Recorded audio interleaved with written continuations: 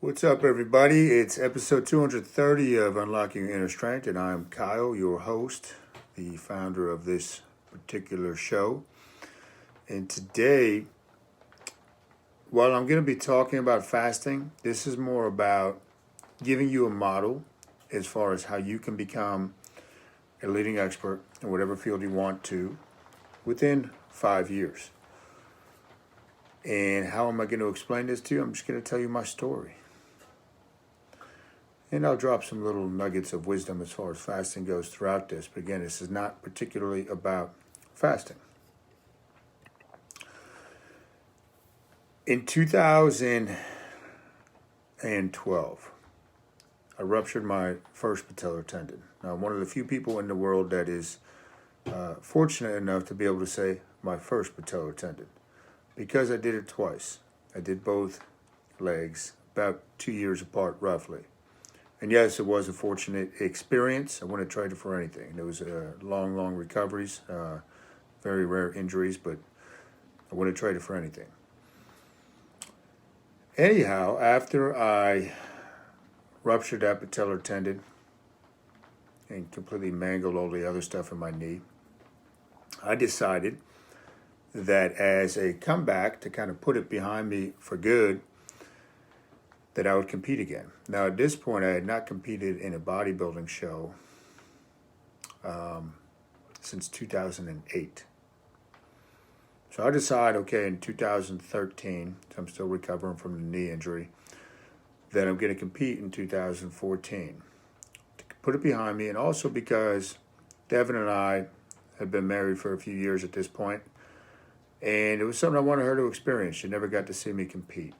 And we didn't have children yet, so the timing was right. Well, as I was getting ready for that show, and I would track everything, I would diet really hard, like stupid hard. And I learned a lot through that. But I would be cutting calories to like 1,600 calories a day, stuff that I advise you not to do, and that I learned the hard way. So I'm going through my process, getting ready. I'm about 8 weeks out from the two shows I did in 2014. Eating 4 meals a day, basically starving myself to the bone. And as usual, I'm always researching stuff. So I'm researching a book by this guy who does fantastic research, really in the weeds as far as fat loss is concerned. I always studied his stuff. Lyle McDonald. And he's talking about the different fat cell receptors. And not to get too sciencey, but we have stubborn fat cells. One of the things that characteristics that stubborn fat cells have is that they have a very poor blood supply. The problem is, if you can't get the blood into those areas, you can't fully lose that fat. And we're talking about bodybuilding. You got to be shredded. So you're going to the extreme. So I said, okay, fasting. Okay, well, I didn't say that yet. What he said next was one of the only ways to increase blood flow to those areas is through fasting. Now, I had heard of fasting, and I used to bash it. No, man, this is garbage. This can't work. I was a musclehead, meathead, whatever you want to call it. High protein, all this type of stuff. So I says, how can I apply this? Now, this will tie back in towards the end. So I said, I'm going to start fasting. Now, mind you, I was tracking everything. So what I did is I just took the amount of food I was eating. Instead of eating 4 times a day, I cut it to 2 times a day, around noon and 8 p.m. Those are my 2 meals for the last 8 weeks. What I noticed right away is digestion greatly improved and hunger became much more easy to deal with. And that led me on my fasting journey. For the next 5 years, I was following a 16 or 20-hour fast every day pretty much. And I would apply it with people, with clients we had at the gym. And that has grown until about 1.5 years ago, I took it to the next level. Out of curiosity and out of need to challenge myself, I started doing longer fasts and really researching that. And I can say at that point, to this point, I've become one of the leading experts in the world on fasting. So let's dive into that, because that's what this is really about. What is my process for becoming a leading expert? And you all have passions, you all have things that you're deeply interested in, you specifically, that you would like to be an expert in. And it is possible to be an expert in it. And I heard this years ago, that if you study an hour a day for 5 years, you'll be one of the leading experts in the country. If you do that for 7 years, you'll be one of the leading experts in the world. So my process for becoming an expert in whatever I've chosen to become an expert in is I find the people that are leading experts in the field and I study them. I study everything they do. I read and watch and listen to everything they put out. I take notes on it. I examine it. I make it my own. There's nothing new under the sun. You got to put your own twist on it and be able to discard stuff that doesn't really fit with your real world experience.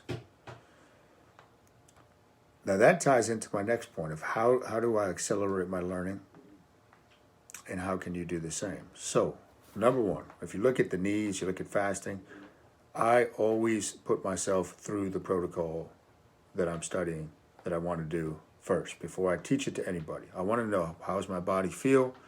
I take notes on it. I experiment with it. All aspects of it. So I experiment with it. So that's one thing. Do not try to become an expert in something that you don't do yourself. That's inauthentic.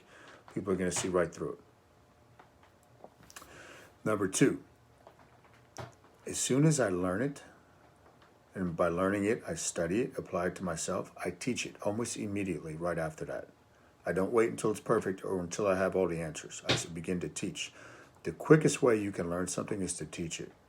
The very quickest way you can learn something is if you decide that you're going to teach it. Most people are scared to teach it because they're waiting for all the answers to appear. They want to know everything. Be honest. If you don't know something, just tell people, I don't know that yet, but it's a good question. I'm going to look that up. I haven't thought of that way. Now, here's something that happens. You apply it to yourself, and every time I teach, even let's say mind map, right? Or fasting at this point. Mind map, I've been studying it for about the same length. Every time I teach it, even though it might seem like it's old news, right? Because I'm teaching it over and over. I always learn something new every single time I teach it. I connect a new dot. I get a new question. I see how it can apply in a different way. So that's very important, okay, that you teach. And that could be content you're putting out, stuff you're writing about, whatever, whatnot. Doesn't matter. Why do you have to empty your cup to become a leading expert? To become a leading expert, you got to think differently than others. If you all just keep repeating the same process, the same technical way of doing something, you're not really going to become a leading expert in it. You gotta have a variation of it somehow that's authentic, that you've developed through experience.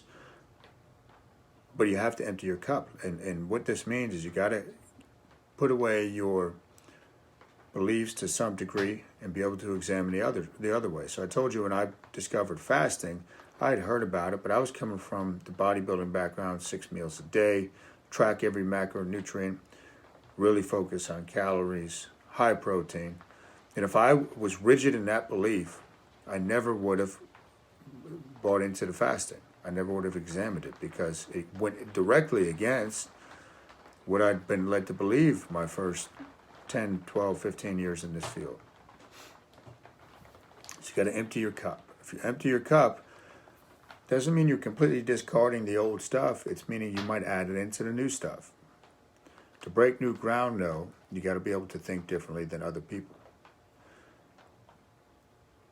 I look at when I began training people, kind of the very beginning of Newell Strength, and people would come up to me at the gym, and this is why I began the business. They would ask me for training programs, whatnot. They would kind of watch what I was doing, because at that time it was so unusual the way I was training. Now everybody's training this way. You got to understand, in 2006 and 7, nobody was training, full body, functional movements with the bodybuilding hybrid blend. Nobody was doing this stuff. It was do a set, sit around. You might have some people that would do giant sets or supersets. Now it's common, but I wouldn't have gotten that leading edge, that kind of first to market thing, if I hadn't been examining and pushing the envelope and learning hiring coaches all over the world, experimenting, not really caring what other people judged me about, right? I didn't care that it looked silly, some of the stuff I was doing. And this is before CrossFit. And people would say, a couple of years in, is this CrossFit you're doing? I didn't even know what CrossFit was at the time. But point being, you got to empty your cup. So to become an expert, you got a passion that I know you have a passion. Everybody has a passion. If you want to become one of the best at it, you got to believe that you can become one of the best at it. You got to say it out loud that you're one of the best in the world, right? I got no problem telling people that I'm one of the leading experts in the world with fasting, with mind mapping, and I am the leading expert in the world with patellar tendon ruptures because it's real world experience. You know how many people you can impact. But you can do the same, whatever your passion is. You just follow these 3-4 things I went over today. You might have to listen to this again because there's a lot of experience that I just boiled down into a couple bullet points. But it's all there. It's all there.